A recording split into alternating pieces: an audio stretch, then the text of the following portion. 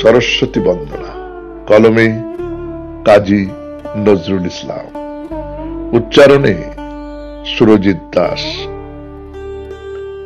জয় বাণী বিদ্যাদায়িনী, জয় বিশ্বলোক বিহারিণী, সৃজন আদিম তম অপসারী, সহস্র দল কিরণ বিথারী, আসিলে মা তুমি গগন বিদারী।